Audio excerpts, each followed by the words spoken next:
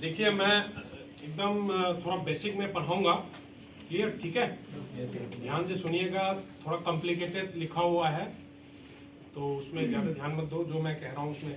तो आज हम पढ़ेंगे माउंटेन मेडिकल प्रॉब्लम। अगर कोई हाई अल्टीट्यूड में जाते हैं तो क्या क्या प्रॉब्लम हो सकता है, उसके समाधान क्या हो सकता है, कैसे कैसे हम करेंगे, फासिल वगैरह करेंगे, ये हम थोड़ा सा देखेंगे। क्लियर? मैं डॉक्टर हंजबम वरुण शर्मा हूँ, मैं मणिपुर का हूँ। हाँ, यहाँ पे मैं एज ए फैकल्टी हूँ डिपार्टमेंट ऑफ फिजियोलॉजी में, institute of medical science BHU। Clear? ठीक है, तो आज हम पढ़ेंगे। तो सबसे पहले ये जानने से पहले कि आपको ये जानना जरूरी है कि भाई अल्टीट्यूड कहते किसको है, हाई अल्टीट्यूड किसको कहेंगे, मॉडरेट किसको कहेंगे, है ना, कितने हाइट में प्रॉब्लम होने लग जाती है। तो इसमें आप देखिए, ये एक डायग्राम है, इसमें आप देख सकते अल्टीट्यूड है। अल्टीट्यूड मैंने कितना सी लेवल से, यानी समंदर के लेवल से कितना ऊपर है ये बताया। ये फीट में है, मीटर में। देखिए सी लेवल हम इसको कहेंगे जिसमें 0 लेवल हो, यानी सी लेवल है समंदर के लेवल पे। अगर देखिए इसमें मीटर में ये होगा तो ये फीट के हिसाब से ये डिवाइड किया गया। जैसे जैसे आप ऊपर की तरफ बढ़ते जाते हैं, सबसे ऊपर में माउंट एवरेस्ट है, ठीक है। जैसे जैसे बढ़ती जाती है तो आप यहाँ पे देख सकते हैं कि हमारे जो एटमॉस्फेयर का जो प्रेशर है, एटमॉस्फेरिक प्रेशर, वो कम हो जाती है। हमको सांस लेने के लिए 21% ऑक्सीजन की जरूरत होती है। एटमॉस्फेयर में हमारा 21%, लगभग अप्रोक्सीमेटली 21% ऑक्सीजन रहता है, ठीक है। अब आप 21%, 100 में से 21% वो हमेशा रहता है इधर पर, यानी देखो पूरा का पूरा ही कम हो गया। अब 21% ऑफ 76 कर लो तो जो जितना आ रहा है, तो 21% ऑफ 253 कर लो, कम हो गया ना। यानी जो एब्सोल्यूट अमाउंट है वो कम हो, भले ही परसेंटेज वैसे ही है मगर कम हो गया। तो ऑक्सीजन लेने का जो हमारे पास जो इन्वायरमेंट में ऑक्सीजन है वो उसकी कमी हो गई, वो कम हो गया। उसके कारण बहुत सारा प्रॉब्लम होता है। आप देखिए यहाँ पे तो परसेंटेज ऑफ ऑक्सीजन, ऑक्सीजन कितना है, अब ये भी 21% है, इसमें भी 21% है 21%, मगर जो पूरा टोटल है ना वही ही कम हो गया। इसके चक्कर में क्या हो गया कि ऑक्सीजन कितना हम ले सकते हैं वो वही कम हो गया।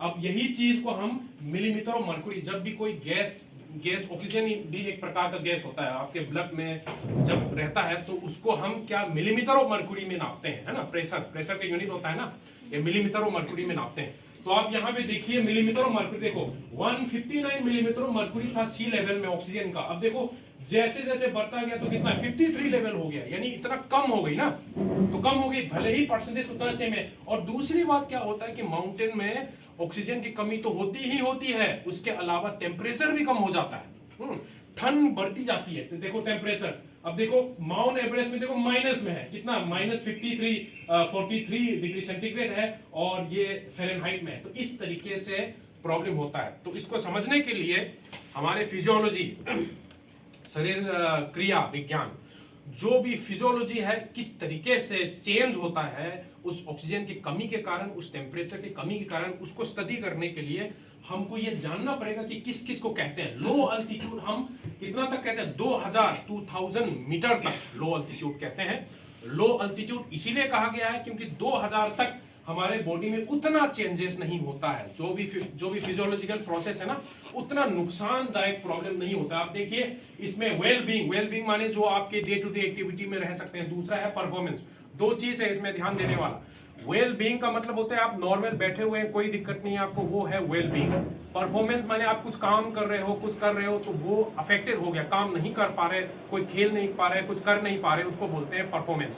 तो दोनों को लेके हमको चलना है, एक ठीक है कि नहीं, बैठे हुए कोई प्रॉब्लम तो नहीं, या कुछ काम कर सकते कि नहीं। अब देखिए 2000 तक दोनों में कोई प्रॉब्लम नहीं होता है, वेल बीइंग में भी कोई प्रॉब्लम नहीं होता है, और परफॉर्मेंस में भी उतना फर्क नहीं पड़ता, इसीलिए इसको लो अल्टीट्यूड कहा गया। कितने तक, 2000 मीटर। 2000 मीटर माने फीट में हम कितना बोलेंगे, 6560 फीट, है ना, इतना तक हम बोल सकते हैं।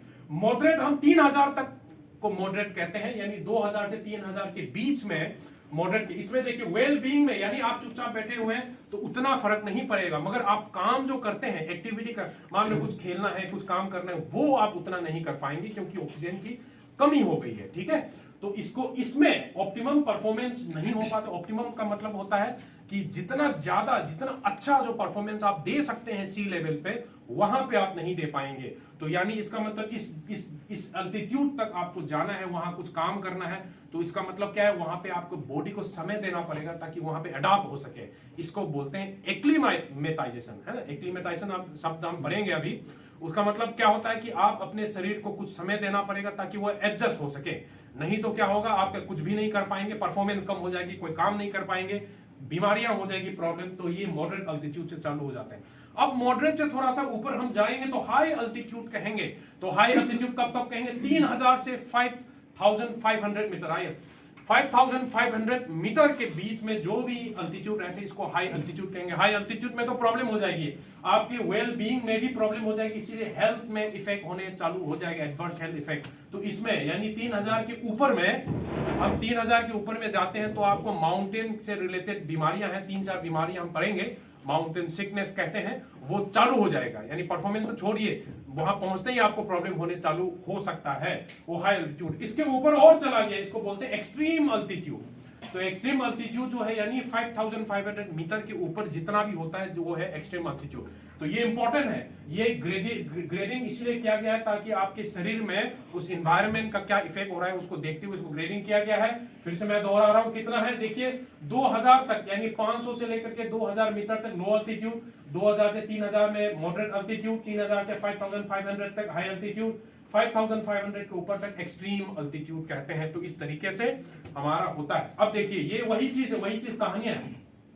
इस ग्राफ को थोड़ा सा डिफिकल्ट लग रहा है मगर देखिए मैं जो कह रहा हूं उसको देखिए, ये जो है ना वाई एक्सिस कहते हैं इसको, ये प्रेशर है, यानी ऑक्सीजन का कितना प्रेशर, जो भी प्रेशर रहता है। अब देखो प्रेशर, ये भरा हुआ प्रेशर 760 मिलीमीटर मर्क्यूरी रहता है हमारे एटमॉस्फेयर का प्रेशर, जिसको 1 एटमॉस्फेयर कहते हैं, ठीक है, क्योंकि जो भी आर्ट को जो कवर करके रखा है ना एटमॉस्फेयर, उसका प्रेशर होता है।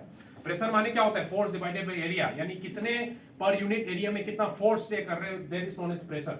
तो यानी नॉर्मली सी लेवल में 760 होता है और ये कम होता जा रहा है, ठीक है, क्लियर। अब इसके बाद अल्टीट्यूड है, यानी 3000 से 6000 9000 ऐसे मीटर है, तो यानी अल्टीट्यूड बढ़ता जाए। तो अगर अल्टीट्यूड बढ़ता गया तो प्रेशर क्या होगा, कम होता जा रहा है, देखो कम होता जाए, ऐसे कम होता जा रहा है। तो इस ग्राफ को देखेंगे तो ये जो ग्राफ है इसमें दिखा रहा है कि 6000 यानी 5500 मीटर तक ये हाईएस्ट ह्यूमन हैबिटेट है, यानी गांव जो है ना, गांव जो उसमें तिब्बत में होता है, इधर में होता है, जहां पे लोग रहते हैं, वो इतना तक इंसानों का जो हैबिटेट इतना तक ही रहते हैं 5500 में। आप देखेंगे तो नॉर्मल के हिसाब से ये तो मॉडरेट अल्टीट्यूड से भी थोड़ा सा ऊपर हो गया है ना, 3000 के ऊपर, ठीक है। तो यानी इंसान नॉर्मली यहां तक पाया गया है, उनका गांव जो है हाईएस्ट अल्टीट्यूड में, ये लगभग 5500 मीटर। इसके बाद अगर आपको अगर एक्लिमेटाइज नहीं है उस एनवायरनमेंट में, आपका एडाप्टेशन हुआ नहीं है, तो आपका क्या होगा, अनकॉन्शियस हो जाएगा, यानी आपकी बेहोशी हो सकता है अगर आप नॉर्मल एयर ब्रीथ के, इसके लिए ऑक्सीजन की जरूरत पड़ेगी, इसके ऊपर जाएंगे तो ये वाला जो कलम है, ये वाला कलम है, आप अगर मान लो कि ऑक्सीजन ब्रीदिंग एयर बिना ऑक्सीजन के आप यूज करेंगे तो यहाँ पे आप लॉस ऑफ कॉन्शियसनेस यानी बेहोश हो सकते हैं आदमी इधर तक, यानी इधर है ना 320 मिलीमीटर मर्कुरी, और लगभग कितना हाई है, 6000 के ऊपर लगभग, है ना। तो यानी 6000 के ऊपर लगभग में ऑक्सीजन का जो है ना एटमॉस्फेयर का प्रेशर इतना ही रहता है, इतने में आप बेहोश हो सकते हैं अगर आप एक्लिमेटाइज नहीं है, एकस्टम नहीं है, अडॉप्ट नहीं है, तो वहां का नहीं है, तो आप तुरंत जाकर वहां नहीं जा सकते हैं। उसके बाद 100% ऑक्सीजन आप लेते हैं तो आप जा सकते हैं, 100% ऑक्सीजन है, तो मास्क लेकर के जो कर जाते हैं ना, तो आप कहां तक जा सकते हो, यहां तक जा सकते हो, यानी 120 तक, यानी 120 मिलीमीटर मर्क्यूरी, या इधर देखो अल्टीट्यूड इधर तक यानी 1500, ये लगभग आप यहां तक अब बिना 100% ऑक्सीजन लेकर के वहां तक जा सकते हो, उसके बियॉन्ड आप नहीं जा सकते 100% ऑक्सीजन लेने के बावजूद भी, ठीक है। तो ये देखो कि यहां पे तो स्पेस तक पहुंच जाएगा, 2100 मीटर में तो क्या 8 के एटमॉस्फेयर के ऊपर पहुंच जाएगा। इतने में क्या होगा, आपके जो शरीर के अंदर में जो पानी है, जैसे कि ब्लड हुआ, वो बॉईल होने लग जाएगा, है ना। प्रेशर जब कम हो जाते तो बॉईल होने लग जाता है। तो इसीलिए एटमॉस्फेयर में एस्ट्रोनॉट वगैरह जाते हैं तो क्या करते हैं, एक एस्ट्रोनॉट का सूट पहनना पड़ता है, हाई प्रेशराइज सूट, नहीं तो क्या होगा, तुरंत मर जाएंगे। कैसे मरेंगे, अंदर का जितना भी लिक्विड है वो बॉईल होने लग जाए, क्योंकि उनका टेम्परेचर जो है ना, जैसे कि वाटर का कितना होता है, 100 डिग्री सेंटीग्रेड में वाटर बॉईल होता है ना। ये नॉर्मल एटमॉस्फेयर में यानी 760 मिलीमीटर मर्क्यूरी में सी लेवल पे 100 डिग्री सेंटीग्रेड में वाटर बॉईल होता है। अब जैसे जैसे ऊपर ले जाएंगे ना तो उतना टेम्परेचर की जरूरत नहीं होगा, टेम्परेचर कम में भी बॉईल होने लग जाएगा। और यहाँ पे तो क्या होगा, आपके बॉडी टेम्परेचर यानी 37 डिग्री सेंटीग्रेड होता है हमारा बॉडी टेम्परेचर, उतने में ही पानी उबलना चालू हो जाएगा। तो इंसान कैसे बचेगा, नहीं बचेगा ना। तो यानी ये है, तो ये वाला कंसेप्ट है, ठीक है। तो कुल मिला के आपको ये समझना है, दो चीज है हाई एल्टीट्यूड में प्रॉब्लम, एक ऑक्सीजन की कमी हो जाना, और दूसरा क्या, टेम्परेचर कम हो जाना। तो ये इसको कैसे डील करेंगे हम देखेंगे, एक्लेमेटाइज कैसे होंगे। देखो ऑक्सीजन की जरूरत क्यों है, एक इंसान को ऑक्सीजन की जरूरत क्यों होती है, ताकि आपके मसल को ऑक्सीजन सप्लाई कर सके, आपके हार्ट को ऑक्सीजन सप्लाई कर सके, क्योंकि ऑक्सीजन से ही वो एनर्जी इस्तेमाल होगा। इसको साइंटिफिक लैंग्वेज में एरोबिक मेटाबॉलिज्म कहते हैं। एरोबिक का मतलब ऑक्सीजन, ठीक है। और ये एरोबिक मेटाबॉलिज्म क्या बनाता है, अल्टीमेटली एक एटीपी करके केमिकल होता है, जिसने बायोलॉजी लिया होगा क्लास 12 में उसको पता होगा, एटीपी है ना, एटीपी है ना, ये प्रोड्यूस करता है। और एटीपी कहां से बनता है, अलग अलग, जैसे कार्बोहाइड्रेट से बन सकता है, फैट से बन सकता है ना। तो ऑक्सीजन के प्रेजेंस में जो बनता है, इसलिए एरोबिक ऑक्सीजन की जरूरत होती है, ठीक है, क्लियर। अब देखो ये है आपका लंग्स, फेफड़ा, लंग्स कहां से ऑक्सीजन लेते हैं, एटमॉस्फेयर से। तो इसको इसने दर्शाया VO2, V का मतलब होता है वॉल्यूम, शॉर्ट फॉर्म है V फॉर वॉल्यूम। VO2 का मतलब क्या होता है, कितना ऑक्सीजन आप ले रहे हो, कितना, how much volume of oxygen you are taking in, इसको बोलते हैं VO2। अब देखो VO2 यहां से आया, ये ऑक्सीजन फिर कहां जाएगा, मसल में ले जाना है आपको, क्योंकि काम करेगा ना मसल ही तो काम करेगा। अब मसल से, फेफड़े से मसल तक कौन ले जाएगा, आपका हार्ट ले जाएगा, कार्डियोवास्कुलर सिस्टम, हार्ट ब्लड में जाएगा, ब्लड पंप करेगा ना, क्योंकि ब्लड में क्या होता है, आरबीसी होता है, जिसको रेड ब्लड सेल कहते हैं, जो लाल रहता है, जिसके अंदर में हीमोग्लोबिन होता है। वो हीमोग्लोबिन क्या करते हैं, आपको ऑक्सीजन को ले जाएगा।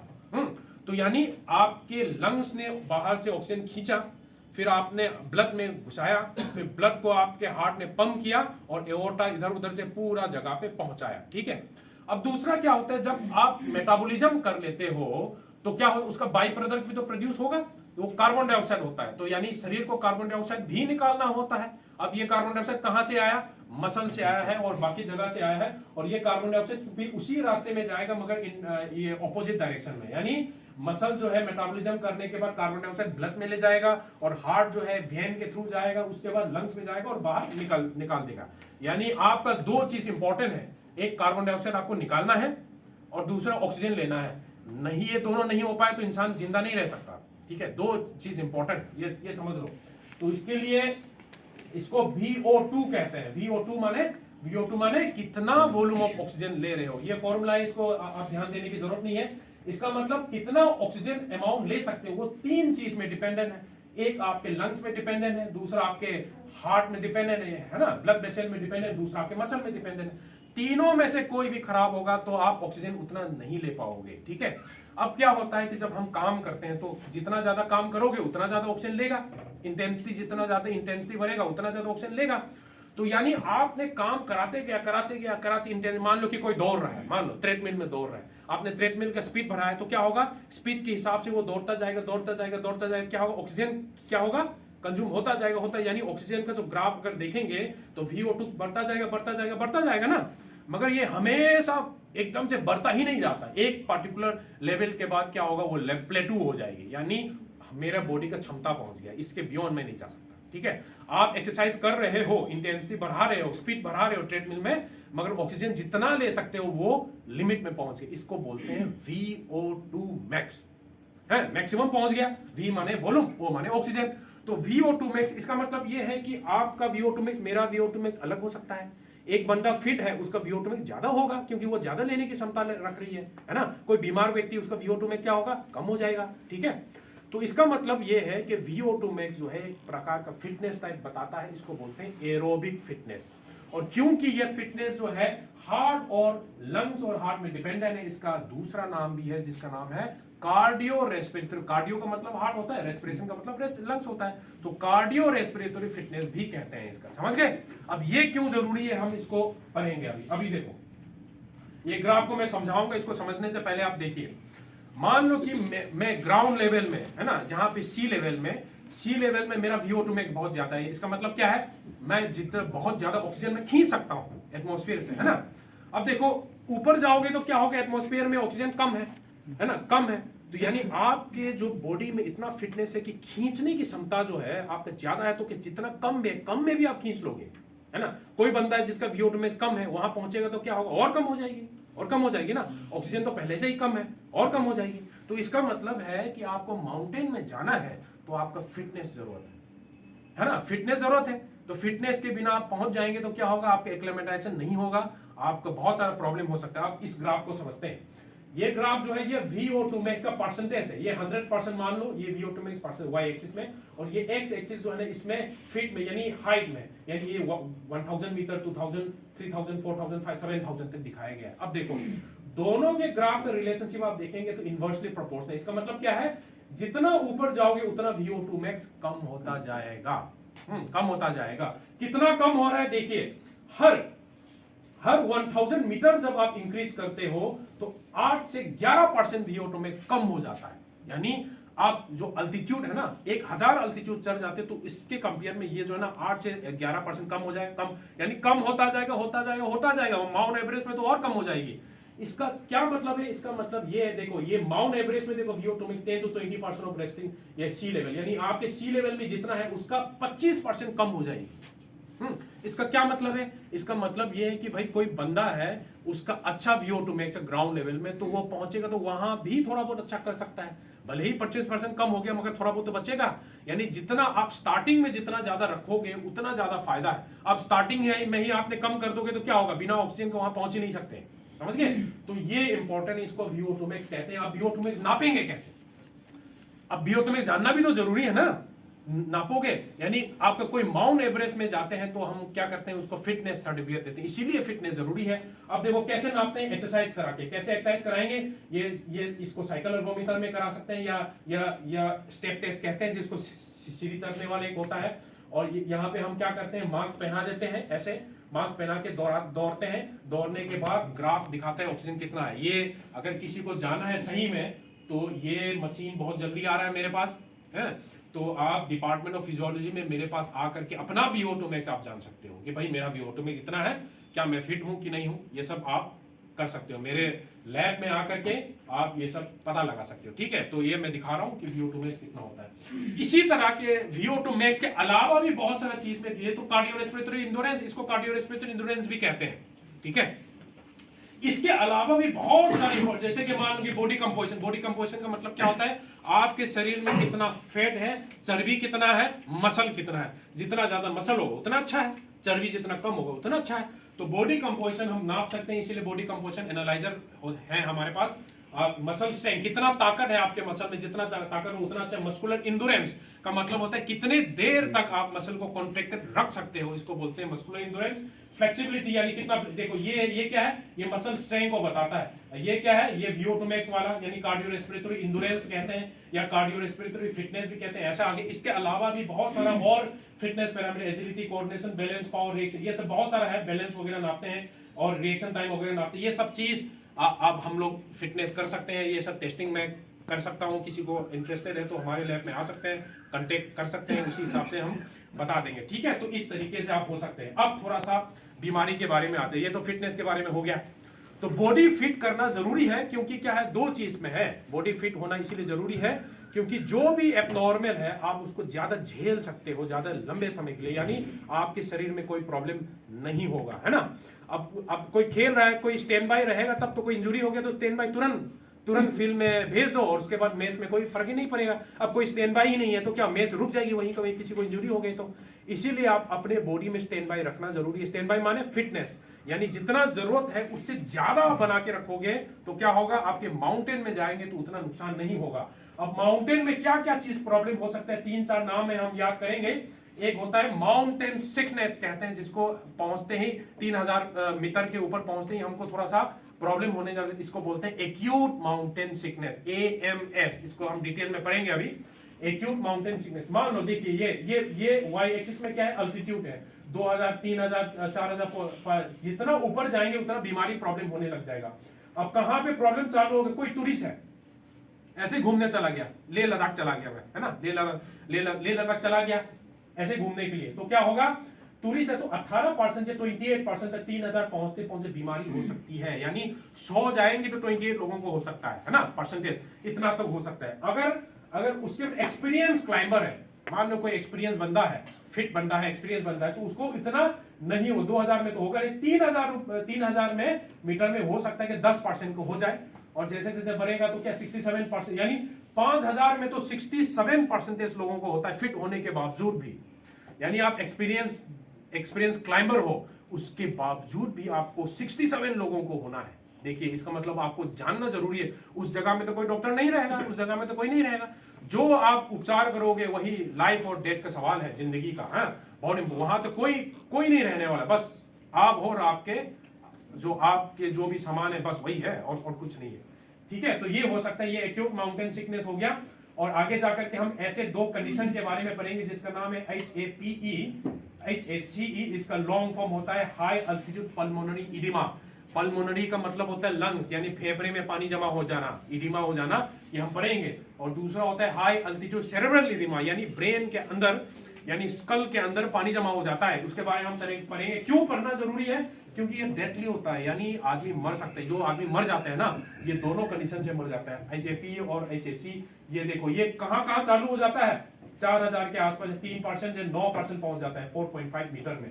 यानी आपने 4000 मीटर क्रॉस कर दिया, 3000 मीटर क्रॉस कर दिया, तो you have to be very cautious, सतर्क हो जाइए, बहुत इंपॉर्टेंट है। तो ये सब चीज इंपॉर्टेंट है। हम इसको एक एक करके धीरे धीरे पढ़ेंगे। अब देखिए ये है हाई एल्टीट्यूड मैनेजमेंट इलनेस हो गया, तो क्या हो गया, ऑक्सीजन सिलेंडर लेकर के नीचे की तरफ। उसका सबसे इंपॉर्टेंट ट्रीटमेंट क्या है, नीचे पहुंचाना, डिसेंड। यानी यहां इस हाइट में प्रॉब्लम हो रही है तो क्या करना है, आपको वहां उपचार नहीं करना है। आपका एम क्या रहना, तुरंत नीचे लाना है। क्यों प्रॉब्लम हो क्यों रही है, ऑक्सीजन की कमी से, कार्बन डाइऑक्साइड निकाल नहीं पा रहे, ऑक्सीजन ले नहीं पा रहे, बस उसकी कमी से। तो आपको पता है ना, जितना हाई एल्टीट्यूड होगा उतना ऑक्सीजन की कमी होगी, एटमॉस्फेयर में ही इतना कमी ऑक्सीजन रहेगा। तो जितना जल्दी हो सके डिसेंड करना, नीचे लाना, ये आपका मोस्ट इंपॉर्टेंट प्रायोरिटी है। इसके लिए ऑक्सीजन ला सकते हैं। देखो ये हाई, इसको बोलते हैं नेजल कैनुला, आपने देखा होगा कोविड के टाइम में बहुत लोगों को हुआ है। तो ये इसको लगाते हैं और ऑक्सीजन दे करके हम नीचे की तरफ लाने की कोशिश करते हैं। और ये बहुत कॉमन कंडीशन है, जो एवरेस्ट बेस कैंप में जाते हैं, उसके बियॉन्ड जाते हैं, उसमें बहुत सारा कॉमन कंडीशन रहता है। अब इसमें हाई अल्टीट्यूड माउंटेन सिकनेस के बारे में हम पढ़ेंगे। अब AMS सबसे कॉमन होता है, क्या होता है, कैसे होता है, ये पढ़ेंगे। तो आप लोगों को ये मन है तो मैं बाहर किसी को फोन नंबर दे देना, व्हाट्सएप दे देना, मैं स्लाइड को शेयर कर दूंगा। ठीक है, अभी स्लाइड को समझ लेना, समझना ज्यादा इंपॉर्टेंट है। ठीक है, क्योंकि ये स्लाइड जो है इसमें बहुत सारा टेक्निकल लैंग्वेज है जो आपको समझ में नहीं आ सकता है, नहीं आएगा। तो अब थोड़ा सा पढ़ते हैं क्या होता है what you mean by high altitude mountain sickness. क्या होता है कि जब आप 3000 मीटर से ऊपर, यानी 3.5 मीटर के ऊपर जाते हैं, तो 1/4 ऑफ पीपल, यानी 25% लोगों को ये प्रॉब्लम आ सकता है। अगर 6000 से ज्यादा है तो 50% के ऊपर लोगों को आना ही आना है। इसमें होता क्या है, इसमें सबसे पहले क्या होता है, आपको सर दर्द होगा, हेडेक होगा, इरिटेबिलिटी होगा, थकान हो जाएगी, खाना खाने का मन नहीं करेगा, वॉमिटिंग हो जाएगी, उल्टी लगेगा। ठीक है, सर में ये अगर, और सो नहीं पाएगा, फिर सांस एकदम ब्रेथलेसनेस हो जाएगी, है ना, सांस लेने में तकलीफ हो जाए, तो ये सब चीज चालू होने लग जाएगा। यानी एकदम सरदर्द होने लग जाएगा, एकदम कंफ्यूजन आने लग जाएगा, थकान हो जाएगी, बिना कुछ किए थक जाओगे, उल्टी करने में बहुत मन करेगा, रात को सो नहीं पाओगे। तो ये सब चीज बहुत ज्यादा, इसको ये पूरा ये सिम्टम को कलेक्टिवली इसको कहते हैं एक्यूट माउंटेन सिकनेस। पहुंचते ही हो जाए, पहुंचते ही कितने 6 से 12 घंटे या 24 आवर के अंदर में ये सब चालू हो जाता है। तुरंत जाओगे, तुरंत, जरूरी नहीं कि मैं तुरंत पहुंच गया तो तुरंत होने लग जाए, ऐसा नहीं है। आप उसमें रहोगे तो 6 घंटे के अंदर में, या 12 घंटे के अंदर में, या 24 आवर के अंदर में, एक दिन के अंदर में ये प्रॉब्लम, ये सब धीरे धीरे चालू होने लग जाएगा ऐसे। फिर उसके बाद ये क्या करता है, हो सकता है कि ये धीरे धीरे इंप्रूव हो जाए, 1-2 दिन में, कई लोगों में तो क्या अपने आप ठीक भी हो जाता है ना। तो हो सकता है ये 1 से 2 घंटे में, अगर आप फर्दर असेंड नहीं करते हो, यानी फर्दर ऊपर नहीं जाते हो, उस लेवल में ही रहते हो, तो ये एडजस्ट, हमारी बॉडी जैसे जैसे फिजियोलॉजिकल एडाप्टेशन जैसे जैसे होती है वैसे वैसे ये फायदा होने लग जाएगा। मगर कुछ कंडीशन में वो सीवियर भी हो सकता है 1-2 दिन में, यानी ये कुछ भी हो सकता है, यानी नॉर्मल भी अपने आप भी ठीक हो सकता है और सीवियर भी हो सकता है, मगर मोस्टली अपने आप ठीक हो जाता है। ठीक है, इसको बोलते हैं एक्यूट माउंटेन सिकनेस। ये क्यों होता है, ये क्यों इसीलिए होता है जब आप ऊपर में जाते हो। मैंने क्या बोला था, हाई अल्टीट्यूड में क्या प्रॉब्लम है, ऑक्सीजन की कमी है, वो तो आप कुछ नहीं कर सकते जब तक कि आप सिलेंडर नहीं ले जाओगे, कुछ नहीं कर सकते क्योंकि ऑक्सीजन की कमी तो है ही। अगर मान लो कि आपकी ऑक्सीजन की कमी है तो आपको बॉडी को ऑक्सीजन ज्यादा चाहिए, तो आप क्या करोगे, ब्रीदिंग ज्यादा लोगे ना, बहुत तेजी से ब्रीदिंग लोगे, बहुत तेजी से, यानी आपका ब्रीदिंग रेट बढ़ जाएगी, आपका डेप्थ कितना डीपली आप ले रहे हो वो दोनों बढ़ जाएगी। अब देखो इसमें क्या होता है, एक प्रॉब्लम होती है, जब आप सांस लेते हो तो क्या होगा, सांस में आपको कार्बन डाइऑक्साइड भी तो निकाल रहा है। तो यानी दो काम करना है ब्रीदिंग, एक ऑक्सीजन बाहर से लेना है और दूसरा कार्बन डाइऑक्साइड बाहर छोड़ देना है, ठीक है। जब आप बहुत तेजी लेते हो, ऑक्सीजन तो ज्यादा ले लेते हो मगर कार्बन डाइऑक्साइड बाहर छोड़ देते हो, इसको बोलते हैं कार्बन डाइऑक्साइड वॉश आउट, यानी वॉश आउट कर दिए आपने, कार्बन डाइऑक्साइड को निकाल दिए ब्लड से। कार्बन डाइऑक्साइड जो है ना, हमको लगता है कि कार्बन डाइऑक्साइड उतना इंपॉर्टेंट है, ऐसा नहीं है। कार्बन डाइऑक्साइड का बहुत इंपॉर्टेंट रोल है। ये क्या करता है, जो हम सांस ले रहे हैं ना, आपको तो देखो आपने सोचने की जरूरत नहीं पड़ता, सांस ले रहे हैं अपने आप। ये सांस लेने वाला जो ब्रीदिंग, इसको ब्रीदिंग कंट्रोल कहते हैं। इसको हमारे बॉडी में कंट्रोल करने वाला हमारे ब्रेन कंट्रोल करता है कि अपने आप सांस ले ले, ठीक है। तो इसको कंट्रोल करने के लिए कुछ रिसेप्टर रहता है जिसको बोलते हैं कीमो रिसेप्टर, यानी कुछ केमिकल को सेंस करता है। सेंस करने के बाद ये बताता है कि भाई सांस लेने की जरूरत है तुम्हें। कौन कौन सा केमिकल सेंस करते हैं, एक तो करता है ऑक्सीजन। अगर आपके ब्लड में ऑक्सीजन की कमी हो गई, इसका मतलब क्या होगा, आपके बॉडी को कैसे पता चलेगा कि आपको ब्रीदिंग लेना है, ऑक्सीजन कमी हो गई। ऑक्सीजन की कमी हो गई तो क्या होगा, वो बता देगा बॉडी को, ब्रेन को बताएगा कि भाई सांस ले लो, नहीं तो फिर प्रॉब्लम हो जाएगी, तो फिर सांस लेना चालू हो जाएगा। दूसरा, कार्बन डाइऑक्साइड की ज्यादा होना। कार्बन डाइऑक्साइड हमारे ब्लड में ज्यादा हो रहा है, इसका क्या मतलब हुआ, कार्बन डाइऑक्साइड बाहर नहीं निकल रहा है। बाहर नहीं निकल रहा है, इसका मतलब ब्रीदिंग नहीं हो रहा है। तो यानी आपके ब्लड में कार्बन डाइऑक्साइड ज्यादा हो गया तो आपके ब्रेन को बताएगा कि भाई ब्रीदिंग ले लो, सांस ले लो अभी, नहीं तो फिर कार्बन डाइऑक्साइड प्रॉब्लम हो जाएगी।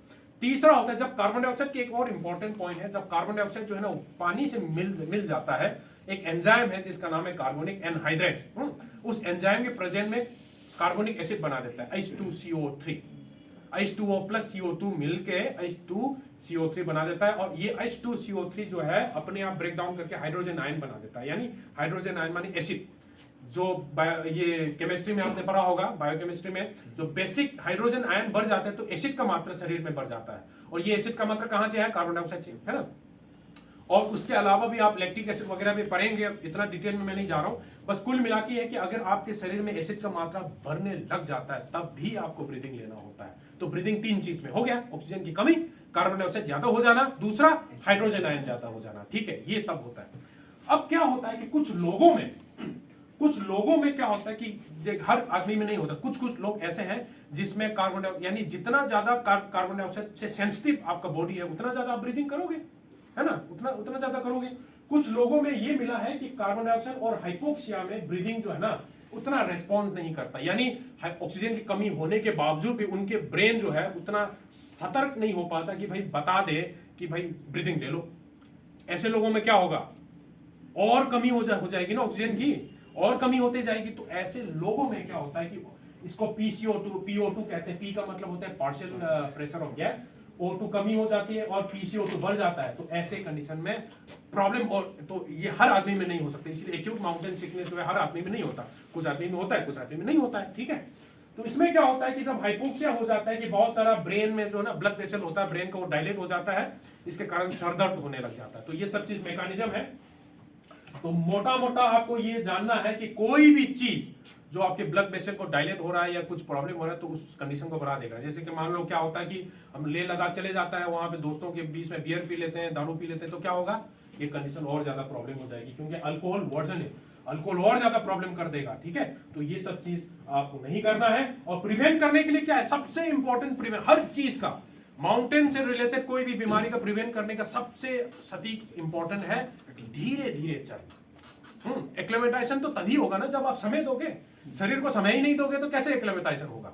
तो धीरे धीरे चलना, और कैसे धीरे चलोगे, रूल ऑफ थंब क्या कहता है, यानी आपका no more than 300 metre per day, 3000 feet के ऊपर, आपके 3000 हाइट के ऊपर अगर आपको चढ़ना है एक रात में, एक दिन में 300 से ज्यादा नहीं चढ़ना है, हाँ। तो ये रूल ऑफ थंब है, इसको करना है।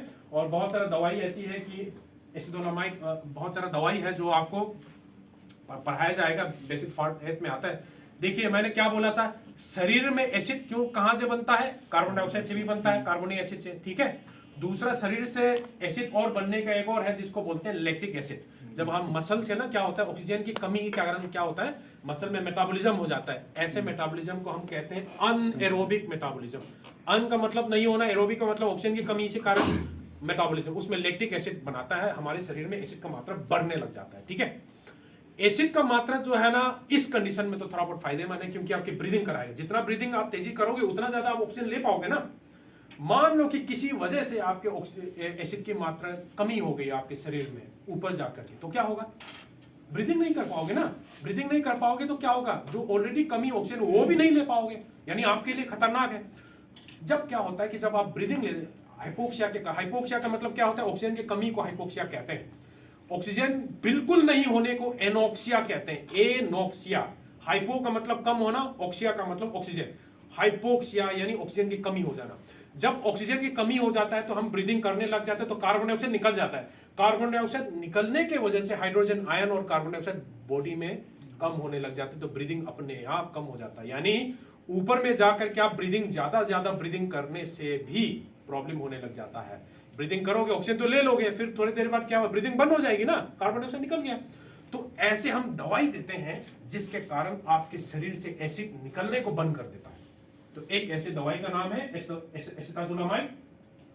ये दवाई हर किसी को देते हैं। वहां पे हम क्या करते हैं? इस दवाई खिलाने से पता है क्या होता है? इस दवाई खिलाने से आपके शरीर में जो अल्कली बन रही है बाइकार्बोनेट, उसको निकालने से हम बंद कर देता है। इसका मतलब जो आपके शरीर में जो एसिड का मात्रा जो है बढ़ा देता है। एसिड का मात्रा बढ़ाएगा तो क्या होगा? आप ब्रीदिंग करोगे ना, ब्रीदिंग करोगे तो आपका यानी ऑक्सीजन ले लोगे, यानी नॉर्मलाइज हो जाएगी। तो इसको एसिटाजोलामाइड कहते हैं। मगर अल्टीमेट में ये सब दवाई तो ठीक है, ये सब तो एक दिन पहले खाना होता है, मगर सबसे इंपॉर्टेंट जो है वो है retreat to the lower altitude, यानी नीचे में। एज सुन एज किसी को प्रॉब्लम हो रही है तो क्या है उसको वही रुक दो, नहीं तो अगर सीवियर हो रही तो नीचे लाओ। और क्या, हाई फ्लो ऑक्सीजन देना बहुत जरूरी है। और दूसरा क्या करते हैं, अगर किसी को मान लो कि एकदम हालत खराब हो गई, तो ऐसे में क्या होगा? टाइम नहीं मिल रहा है तुरंत ले जाने का, तो उसमें एक बैग आता है, जैसे स्लीपिंग बैग टाइप का होता है, जिसमें प्रेशर एकदम भर जाता है, जिसके कारण क्या होता है आपका जो, क्योंकि प्रेशर की कमी के कारण हो रही है, क्योंकि उसके कारण ऑक्सीजन कमी हो गई, तो ऐसे एक बैग टाइप का ले लेते हैं। उस बैग में क्या होता है, इसको मैं इसको दिखा देता हूँ। ये बैग है, ऐसे टाइप का बैग रहते हैं। इसमें क्या है, आदमी को छुला देते हैं अंदर में, तो और प्रेशर हाइपरबेरिक चैम्बर इसको कहते हैं। हाइपर पोर्टेबल होता है, ये हर किसी को ले जा सकता है। अगर मान लो किसी को माउंटेन अटैक हो गया, माउंटेन प्रॉब्लम हो गया, तो वहां पे तो कहाँ ले जाओगे, है ना? वहां पे तो हेलीकॉप्टर भी नहीं जा सकता। मानो माउंट एवरेस्ट में किसी को प्रॉब्लम हो रही है तो क्या, एयर एम्बुलेंस भी नहीं जा सकता, क्या करोगे? मर गया तो मर गया बस। आपने कहानी सुना होगा ना, बहुत सारे माउंट एवरेस्ट में ऐसे ही लोग वहां मर जाते, तो उसको उठा के नहीं लाते, वही कभी छोड़ देते हैं। और वहां तो शरीर डिकम्पोज भी नहीं होता, वैसे ही पड़ा रहता है। तो कुल मिला के ऐसा है कि ये एक लाइफ सेविंग है। इसमें डाल देते हैं, प्रेशराइज सूट है, ऑक्सीजन डाल देते हैं, उसके बाद हम धीरे धीरे लाते हैं, ठीक है। अब दूसरा स्लीप का प्रॉब्लम। नॉर्मली आपको पता होगा कि आपने एक दिन सोया नहीं है तो कितना थकान हो जाती है नेक्स्ट डे में, है ना? कितना प्रॉब्लम हो जाती है। हाई अल्टीट्यूड का एक्यूट माउंटेन सिकनेस का एक और प्रॉब्लम है, उसमें क्या होता है? स्लीप डिस्टर्बेंस, आप सो नहीं पाते हैं वहां पे। तो स्लीप डिस्टर्बेंस क्यों होता है ये हम पढ़ेंगे। स्लीप डिस्टर्बेंस में क्या होता है ना कि जो सांस लेने का प्रॉब्लम है, ऐसा हो जाता है। नॉर्मली क्या होता है, जब आप ऑक्सीजन की कमी हो जाती है ना, ऑक्सीजन की कमी हो जाती है, तो आपका प्रायोरिटी, आपका शरीर जो है क्या प्रायोरिटी रहेगा? ऑक्सीजन ले जाना। ऑक्सीजन लेने के लिए आपको ब्रीदिंग रेट ज्यादा करना पड़ेगा। आप सो जाओगे तो क्या होगा? ब्रीदिंग रेट कम हो जाती है, तो शरीर सोने नहीं देता इंसान को। तो सोओगे नहीं तो थकान हो जाएगी, हालत खराब हो जाएगा। तो एकदम ये इतना हालत खराब हो जाता है हाई अल्टीट्यूड में, आदमी सो नहीं सकता, आदमी थकान हो रही है, आप सर दर्द कर रहे हैं, क्या करें, एकदम प्रॉब्लम हो जाता है। तो ऐसे कंडीशन जो है ना क्यों हो रही है, इसको एक ब्रीदिंग होता है। इसको देखो, ये इसका मतलब देखो, इस ग्राफ को मैं समझाता हूं। इसका मतलब देखो, आपने ब्रीदिंग जो है ना, ब्रीदिंग रेट मान लो, सांस लिया, सांस तेजी से लिए, फिर उसके बाद बंद हो गया, ऐसे इस तरीके से ब्रीदिंग होने लग जाता है। इसको साइन स्ट्रोक ब्रीदिंग कहते हैं। इसको क्या कहते हैं, जैसे कि मैंने सांस लिया, धीरे लिया, फिर एकदम लेने, फिर उसके बाद फिर धीरे लिया, फिर उसके बाद सांस रुक गई, फिर उसके बाद ऐसे इस तरीके से ब्रीदिंग होने लग जाता है वहां पे। यहाँ पे नहीं होता। ये पता है किसमें मिलता है? ये बीमार लोगों में मिलता है, जब एकदम आईसीयू के अंदर जो मरने वाला है, इस कंडीशन में मिलता है। तो ऐसे ब्रीदिंग पैटर्न जो है हाई अल्टीट्यूड बीमारी में हो सकता है। इसके कारण ये सब चीज प्रॉब्लम, इसको साइन स्ट्रोक ब्रीदिंग कहते हैं। ये साइंटिस्ट ने डिस्कवर किया था। तो इसके कारण, ये ब्रीदिंग के कारण आपका स्लीप डिस्टर्बेंस हो जाता है, सो नहीं पाता है, ठीक है। इसके लिए क्या करोगे? इसके लिए करने के लिए आपको बहुत सारे दवाई रहते हैं, अलग अलग दवाई है, वो देते हैं। आपके लेवल पे इतना समझना है कि इसको अवॉइड करना है, नीचे लाना है, ठीक है। तो ये है, ये हाइपरबेरिक है। अब एक्लेमेटाइसन का क्या इंपॉर्टेंस हम थोड़ा सा पढ़ते हैं। इस ग्राफ को देखिए, थोड़ा डिफिकल्ट लग रहा होगा, मगर मैं जो बोल रहा हूँ उसको समझिएगा। स्लाइड तो मैं ऐसे ही दे दूंगा। देखिए ये y एक्सिस है, y एक्सिस माने V/VO2। इसको मैं बताता हूं क्या होता है। V का मतलब होता है वेंटिलेशन। एक मिनट में आप कितना वॉल्यूम ले रहे हो या छोड़ रहे हो, उसको बोलते हैं वेंटिलेशन। अब VO2 का मतलब क्या होता है, कितना वॉल्यूम ऑक्सीजन आप ले रहे हो, ठीक है। दोनों का रेशियो जो है, इसका मतलब क्या है, दोनों का रेशियो माने कितना, यानी ये अगर बढ़ गई VO2 बढ़ गई, इसका मतलब क्या है, ऑक्सीजन कम ले रहे हो मगर ब्रीदिंग ज्यादा कर रहे हो। वेंटिलेशन तो ले रहे हो मगर वॉल्यूम ऑफ ऑक्सीजन कम ले रहे हो, है ना, क्योंकि ये बढ़ना, ये इंक्रीज हो या ये डिक्रीज हो जाएगा ना। अगर मान लो कि किसी का वेंटिलेशन VE कम हो गई और ये बढ़ गया तो क्या होगा, ये रेशियो क्या होगा, कम हो जाएगा ना। यानी आप ऑक्सीजन ज्यादा ले रहे हो और V कम हो गया तो ये कम हो जाएगा। यानी देखो 1/4/1/2 कौन सा बड़ा है, 1/2 बड़ा है ना। कोई भी फ्रैक्शन को देखने के लिए अगर नीचे वाला बढ़ गया तो ये कम हो जाएगी, नीचे वाला कम हो गया तो ज्यादा हो जाएगा। तो हाई अल्टीट्यूड में क्या होगा, हाई अल्टीट्यूड जैसे जैसे अल्टीट्यूड ये रेशियो बढ़ जाती है। इसका मतलब आप ब्रीदिंग तो ले रहे हो मगर ऑक्सीजन उतना नहीं जा रहा है शरीर के अंदर, समझ गए, क्योंकि ऑक्सीजन कम है ना, तो ये रेशियो बढ़ गई। तो ये क्या, एक्यूट माउंटेन सिकनेस में जैसे जैसे आप 3000 4000 5000 जैसे बढ़ती जाती है तो क्या होगा, ये कम हो, ये देखो ये बढ़ता जा रहा है, बढ़ता जा रहा है। अगर आप एक्लेमेटाइजेशन करते हो क्या होगा, तो ये जल्दी जल्दी हो जाएगा। यानी आपके शरीर जो बैड इफेक्ट है उससे के एडजस्टमेंट करने में, एक्लेमेटाइज करने में हेल्प मिलता है। इसको बोलते हैं, इसको कहते हैं एक्लेमेटाइज। अगर एक्यूट एक्सपोजर होगा तो ये उतना नहीं बढ़ पाएगा, यानी वेंटिलेशन उतना नहीं बढ़ पाएगा। वेंटिलेशन माने आपको जो चाहिए ना, ऑक्सीजन कैसे आएगा, जितना ज्यादा वेंटिलेशन करोगे उतना ज्यादा तो आएगा। यानी हाई अल्टीट्यूड में आपको ब्रीदिंग ज्यादा चाहिए। अगर आपका ब्रीदिंग बढ़ नहीं रहा है, देखो ये एक्यूट बढ़ नहीं रहा है ना, उतना नहीं बढ़ रहा है, इसका मतलब यहाँ पे प्रॉब्लम हो सकती है। जितना आपको ऑक्सीजन चाहिए उतना आप ले नहीं रहे हो। ऑक्सीजन क्यों नहीं ले रहे हो, क्योंकि ब्रीदिंग नहीं कर पा रहे हो, और ब्रीदिंग नहीं कर पा रहे तो आपका V कम हो गया, वेंटिलेशन कम हो गया।